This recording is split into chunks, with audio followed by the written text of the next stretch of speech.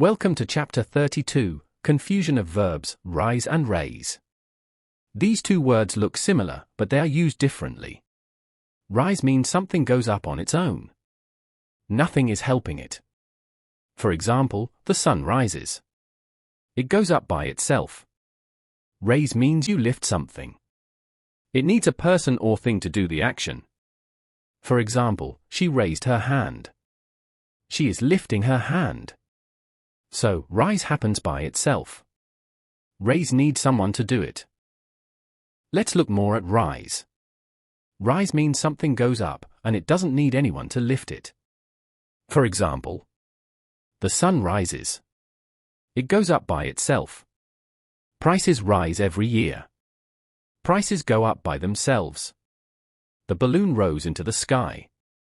It floated up on its own. He rises early every day. He wakes up on his own.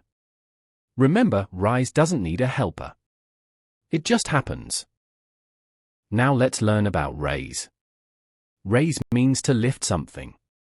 It needs an object, something you are raising. For example, she raised her hand. She is lifting her hand.